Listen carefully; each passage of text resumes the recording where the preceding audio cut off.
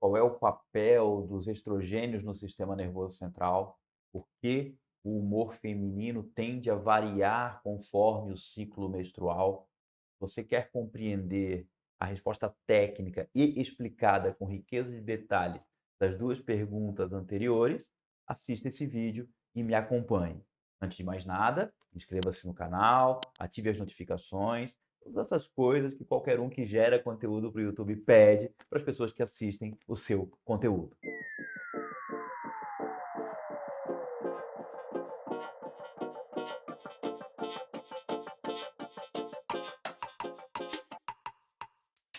Vamos lá? Qual é o papel dos estrogênios no sistema nervoso central? Então, a primeira coisa é ter muito claro que eu usei o termo no plural dos estrogênios. E lembre-se que quando nós olhamos para as moléculas biológicas que têm interação com os receptores dos estrogênios, nós temos pelo menos três a serem lembradas: a estrona, o estradiol e o estriol. Eu mencionarei com mais ênfase o estradiol, porque ele é o que eu tenho mais trabalhos, ele é que tem uma afinidade mais interessante pelos receptores do estrogênio. Então, a ideia é compreender que quando falamos de receptores para o estradiol, nós temos receptores nucleares, aqueles famosos ER-alfa e ER-beta, mas também temos receptores de membrana, temos a possibilidade desse estradiol ter afinidade também pelos receptores NMDA do glutamato.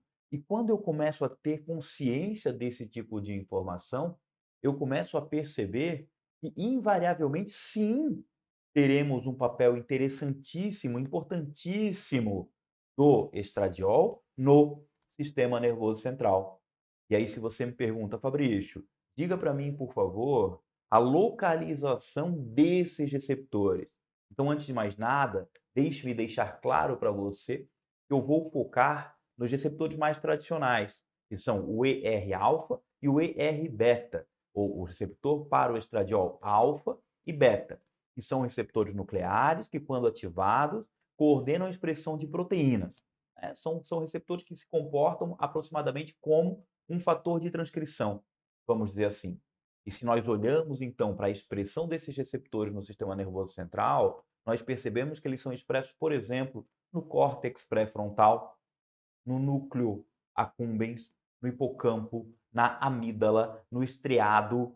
E aí você me diz: "Para, Fabrício, por favor, me ajude a compreender um pouco mais essas áreas do sistema nervoso central". Córtex pré-frontal, foco, atenção, núcleo accumbens, uma área de sistema límbico associada ao processamento das respostas ao prazer, a estímulos prazerosos.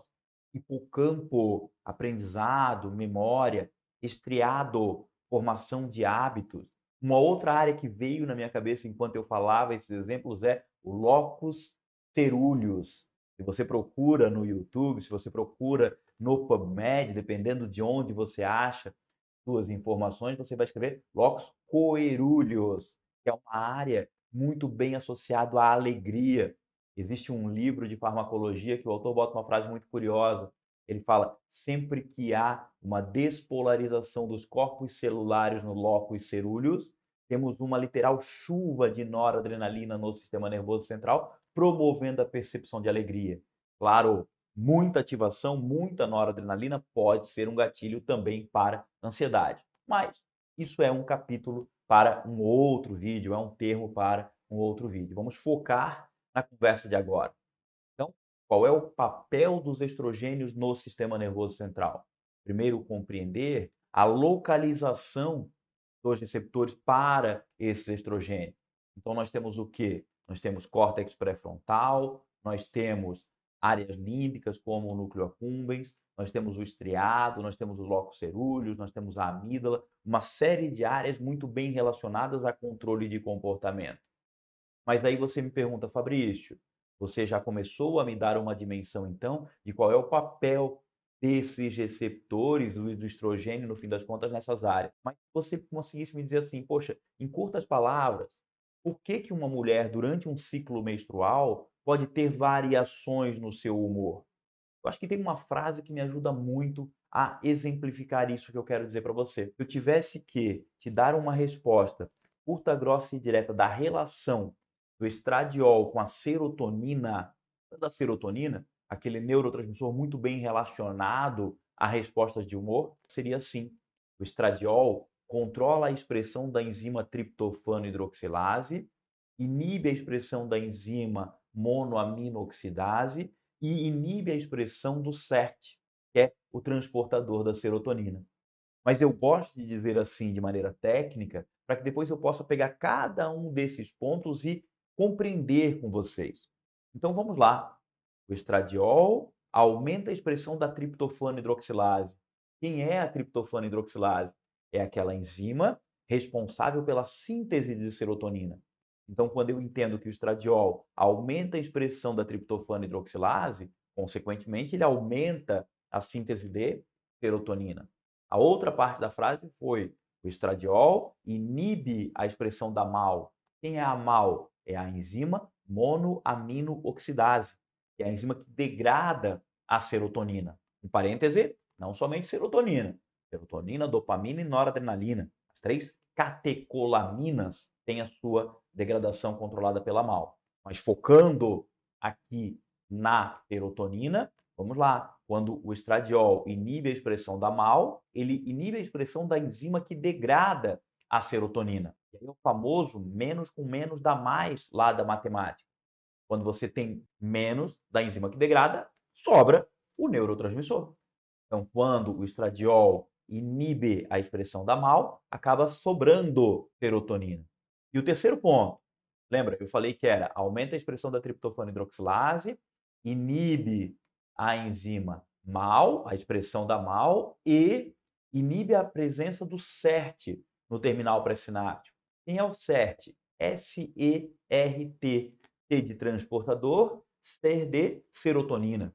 Então, o SERT é o transportador da serotonina, aquele que é alvo dos inibidores seletivos da recaptação de serotonina. Então, o que faz um inibidor seletivo da recaptação de serotonina? Nome autoexplicativo. Inibe a recaptação de serotonina, inibe o SERT. E quando inibe o SERT, inibe o retorno da serotonina para dentro do terminal pré-sináptico, deixando-a mais tempo no espaço sináptico para que ela fique mais tempo ligando-se nos seus receptores e, consequentemente, mais tempo fazendo efeito para a melhora de humor e todas as outras ações que acontecerão dali por diante, como o aumento de BDNF e a sinaptogênese. Mas isso também é assunto para outro ponto. Então, concentra comigo que eu quero fazer uma revisão rápida com vocês agora. O objetivo desse vídeo era mostrar 2 pontos para vocês. Qual é a relação do estradiol com o sistema nervoso central? Essa relação passa a ser entendida quando eu compreendo a localização dos receptores ER-alfa e ER-beta no sistema nervoso central. Córtex pré-frontal, lóculos cerúleos, amígdala, estriado, núcleo accumbens, várias áreas do sistema límbico que têm a sua atividade, seu metabolismo energético também controlado pela presença e ativação desses receptores.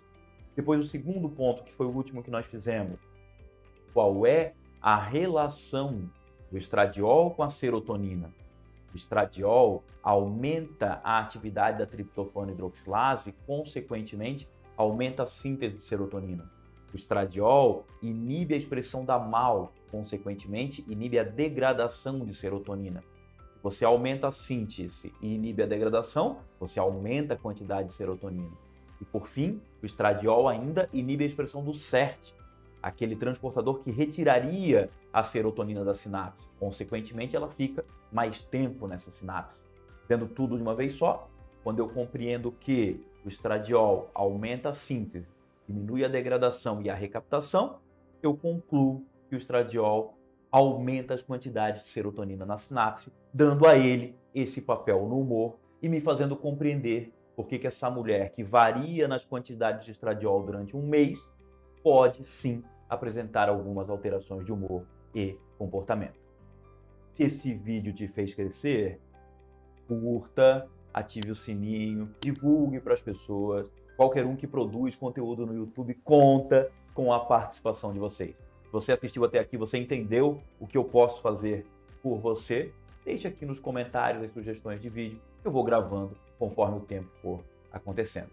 Um abraço, fiquem bem, até uma próxima